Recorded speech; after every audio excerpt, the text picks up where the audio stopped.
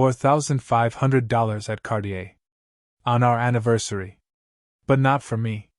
It wasn't the lipstick stain that gave him away. It wasn't the late nights or the client dinners. It was a charge on our credit card.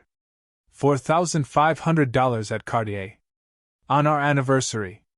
Except there was no velvet box on my nightstand. No jewelry bag in the closet. Just him, asleep beside me, snoring peacefully while I stared at the glowing line item on our banking app. I didn't wake him. I didn't scream. Instead, I closed the app, got up from bed, and quietly walked to the kitchen. I stood barefoot in the cold tile, heart racing, and made myself tea, the same way I'd made it for years. 1 sugar. No milk. Just the right temperature. Everything suddenly felt artificial. I'm Julia Matthews. And until that night, I thought I was happily married to Michael. 14 years. A house in the suburbs. 2 kids. 1 labradoodle. And a man who told me every day that I was his rock. Turns out he meant I was the thing he stepped on to climb into someone else's bed. The next morning, he kissed me on the cheek like nothing had changed. Like he hadn't given our shared premium credit card to a woman who wasn't me. I'll be back late, he said, tying his tie in front of the mirror. Client dinner. I replied, pretending to be half asleep. But I was wide awake. Because I'd already taken screenshots of the charge, confirmed the Cartier location, and matched the timestamp to his supposed team meeting. And that was just the beginning. That week, I did something I hadn't done in years. I opened the full statements. Every account. Every card. And what I found? Dinner at Nobu. Spa days at the Four Seasons. Gift baskets sent to an address I didn't recognize. All signed by Michael. All charged to accounts I managed. I wanted to believe it wasn't what it looked like. But then came the second clue. An Uber receipt. He'd left the office at 3:24 p.m., not 5:45, like he claimed, and taken a black SUV to a downtown address. I copied the address. Looked it up. Luxury furnished apartments. Monthly rates starting at $8,500. He didn't live there. So who did? The next morning, I dropped the kids at school, faked a dentist appointment, and drove to that same building. Waited across the street in a parked car with sunglasses and a scarf. Ridiculous, I know, but I felt like a character in my own life. At 9:42 a.m., she walked out. Her. Young. Blonde. Phone glued to her ear, laughing. Wearing a scarf I'd seen once in our laundry basket and thought I'd imagined. She got into a rideshare and left. I didn't follow. I didn't need to. I had my confirmation. I sat in the car another 10 minutes. Not crying. Not screaming. Just calculating. Because if there's one thing 14 years of running a household teaches you, it's how to run the numbers. Back home, I'd pulled up the full card history. His mistress had a pattern. Brunches on Fridays. Facials on Wednesdays. New bags every second Sunday. It was like watching our life play out in a parallel reality. One where I did all the work, and she got all the gifts. I dug deeper. He hadn't just used the card. He authorized her as a secondary user. She had her own card. Her name. Her purchases. Our money. That night, I confronted him. Not with rage, but with precision. I noticed some unusual spending. I said after dinner, placing a printout on the table. He laughed, confused. Jules, that's just business stuff.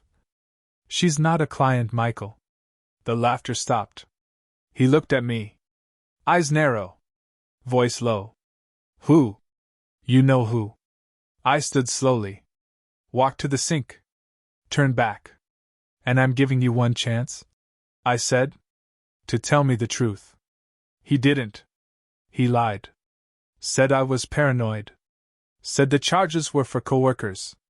That the Cartier gift was for his assistant's retirement. I've got the receipts. I said flatly. He stood. Voice raised. You've been spying on me? No. I said. I've been waking up. And with that, I left the room. I didn't sleep that night. But I started planning. Because I knew something he didn't. He thought I was broken. But I was just getting started. He thought I'd stay quiet. I called a lawyer instead. The next morning, I made an appointment. Not with a therapist. Not with a friend. With a lawyer. Her name was Marlene Torres, sharp-eyed, no-nonsense, and terrifying in a calm, collected way. She offered me coffee. I declined. I want to know what I can do, I said. He's cheating. He's spending our money. He added her to our card.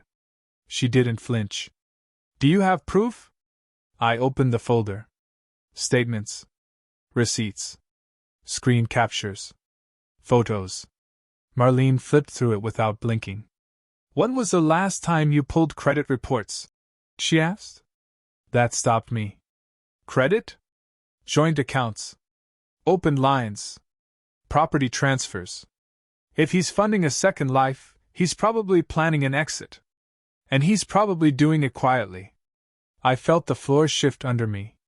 I went home and did what she suggested. Pulled my credit. His too. I still had enough shared account access. And there it was. A new savings account I hadn't seen before. Not under our primary bank. $32,000. Built over the last year. Small deposits. Slowly moved. Cleanly hidden. He wasn't just cheating. He was preparing to leave. And worse, he was planning to leave with the money we earned together, while making sure his mistress got a luxury head start. So I started building a case of my own. I made a binder. Color-coded. Labeled. Documented. Every spa appointment. Every Uber trip. Every gift. Every hotel. I cross-referenced charges with her Instagram, every tagged brunch spot, every mirror selfie with a new pair of shoes, every treat yourself caption that now made my stomach turn. And I began moving money. Quietly. I opened a private account in my maiden name. Transferred $50 at a time. Daily. Enough to build cushion without raising alarms. I called our financial planner and told her I wanted to diversify. Moved my share of our retirement accounts into a separate portfolio. Froze my credit. Then I changed my passwords. Phone. Email. Laptop. Even the security questions. It wasn't about hiding. It was about reclaiming. Michael thought he could keep me in the dark. But I was drawing the blinds, lighting a lamp, and writing a new ending. A week later, I found something unexpected. A hotel key card. Hidden in the glove box of his car. The hotel name was unfamiliar. A boutique place downtown. When I called, pretending to be Mrs. Matthews, needing a receipt for tax purposes, the front desk asked, "Was this for the April 18th to 21st stay?" 4 days. While he was supposedly at a regional conference. But it wasn't just the length of stay. It was the fact that the booking came with 2-guest spa package and couples dinner add-on. That was the tipping point. He wasn't just cheating. He was living with her. Pretending I didn't exist. So I booked a spa package of my own, on the same card he gave her. Full massage. Hair. Nails. Champagne. Then I walked into Cartier. Found a necklace. A new one. Not the one he bought for her. Something I liked. I charged it. Watched the cashier run the card. Approved. When I got home, I placed the receipt on his desk with a single note. Just getting what's mine. He never brought it up. Which told me everything. He wasn't mad I spent money. He was terrified I knew where it came from. The next day, I messaged her. Not angry. Just factual. We've never met, but you've been using a credit card that wasn't yours. I'd like to discuss repayment. No reply. Then 10 minutes later, I got a single text from Michael. What the hell are you doing? I didn't answer. Because I wasn't done yet. I was planning something else. Something he wouldn't see coming. A dinner. A family one. His parents. Our kids. His brother and sister-in-law. He thought it was for his birthday. But it would be something else entirely. He thought it was his birthday dinner. It was his exposure party. Michael's family adored him. He was the golden son. The hard-working provider. The man who married his college sweetheart, bought a house at 28, and built a perfect life. So when I invited them all to dinner, something special for Michael's birthday, every one of them said yes immediately. His mother offered to bring her famous chocolate cake. His sister texted me, "Can't wait. He deserves the world." And his brother asked if he should prep a speech. I smiled at every message. "Just bring yourselves," I said. They had no idea what they were walking into. That morning, Michael left the house smiling. He kissed my cheek, already pre-celebrating. "You're planning something, aren't you?" He grinned. "Oh, definitely," I replied. He winked. "You're too good to me." And I nearly laughed in his face. The venue was perfect, a private dining room in the same restaurant where we had our rehearsal dinner 14 years ago. A full-circle moment. I arrived early. Oversaw the seating chart. Set place cards. Made sure the wine list was precise. Each guest's menu had a little message. "Tonight's celebration will be unforgettable. Please save your questions until the end." They thought it was cute. Quirky. Maybe part of a birthday toast game. At 7:10, they all arrived. Hugs. Laughter. Toasts. Michael showed up last, of course, dramatic, grinning, charming. He kissed my cheek in front of everyone. "I have the best wife in the world," he said. His mother clapped. His sister wiped a tear. I sat beside him, silent and smiling. The wine flowed. The appetizers came out. Small talk filled the room. I let it all play out. Then, halfway through the main course, I stood and cleared my throat. "First," I said, "thank you all for coming. Michael's worked so hard this year, and I wanted tonight to reflect just how deeply he's impacted all our lives." Everyone clapped. Michael smirked. "Don't make me cry," he joked. I smiled sweetly. "Oh, I won't. Not yet." I turned to the waiter. "Can you bring it out now?" He nodded, and returned with a silver envelope on a tray.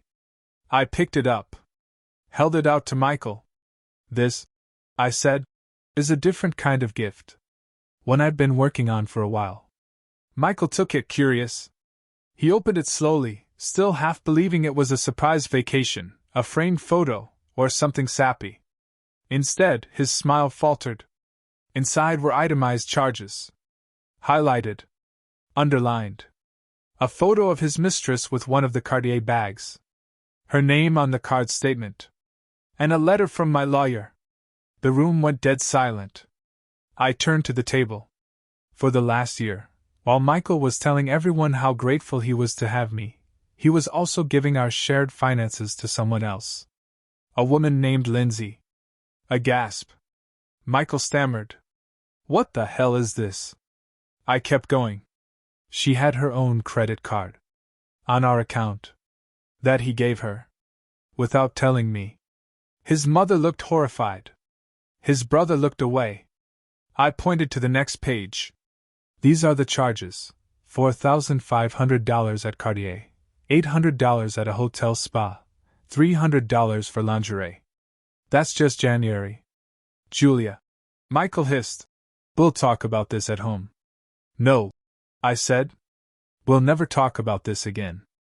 I turned to his family. "I wanted you to see who he really is. Not the polished version. The real one. The one who lied, cheated, and handed our life to a stranger with a smile." His sister whispered, "Oh my God!" The waiter returned, uncertain. "Should we bring the cake?" Michael stood. "We're leaving." I looked at him once. "You are." And then, calmly, I pulled a second envelope from my purse. "And since you didn't want to pay the bill for what you did," I handed it to him. "She will." Michael opened it. His face turned gray. Inside was a repayment agreement, one his mistress had signed, under threat of legal action, to return every penny she spent using the unauthorized card. She'd already paid the first installment. Because I made sure she knew, either she pays me, or she gets dragged into court alongside him. You think you can embarrass me like this? Michael growled. I looked around the room. Everyone was frozen. Then I looked back at him. I didn't embarrass you. You did that to yourself. Michael slammed the envelope on the table. This is insane. No, I said. This is accountability. And as he stormed toward the door, red-faced, speechless, his mother called after him. But it wasn't concern in her voice. It was disappointment. Then Michael turned. Face twisted. He pointed at me. But what he said next? No one could have expected. He called me a monster. Then his mother stood up. Michael pointed at me with the fury of a man caught mid-lie and too cornered to lie again. You're a monster! He spat across the table. This was calculated. You set me up. No one said a word. His voice echoed through the private dining room. Silverware stopped clinking. Wine glasses trembled in hands. His mother's cake sat untouched at the center of the table. I gave you everything, he yelled, stepping closer. The house, the life, the kids. The kids? I interrupted, my voice calm and clear. You gave me the kids? He faltered. You were nothing before me, he hissed. That's when his mother stood up. Slowly. Quietly. She looked at him like she didn't recognize the man in front of her. Michael, she said softly. Sit down. Sit. Down. He did. Not out of respect, but shock. And silence returned like a wave swallowing a fire. She turned to me, eyes brimming. I'm so sorry, Julia. I didn't respond. There was nothing to say. She'd seen it. They all had. The performance was over. The curtain dropped. And Michael? Was exposed under the lights. After dinner, he stormed out without saying goodbye. His sister refused to hug him. His father stared at the floor. I stayed behind. Thanked the staff. Settled the bill. Then went home to finish the real work. Because Michael wasn't done trying to win. The next morning, he began calling family members. Telling them I'd humiliated him on purpose. That I was cold, calculating, and ruined his career. But the thing about truth? It leaves a trail. One his charm couldn't erase. His mother called me that night. He said you were exaggerating, she said carefully. I sent her the documents. The card statements. The photos. The receipts. She didn't respond for 10 minutes. Then, if I'd known. You couldn't have. He's not the son I raised. No, I said. He's the man he chose to become. Word spread quickly. Friends who once smiled beside him at barbecues now avoided his calls. Our kid's school counselor even called me privately, asking if everything was okay at home. Michael had apparently tried to charm the front office into siding with him. But it didn't work.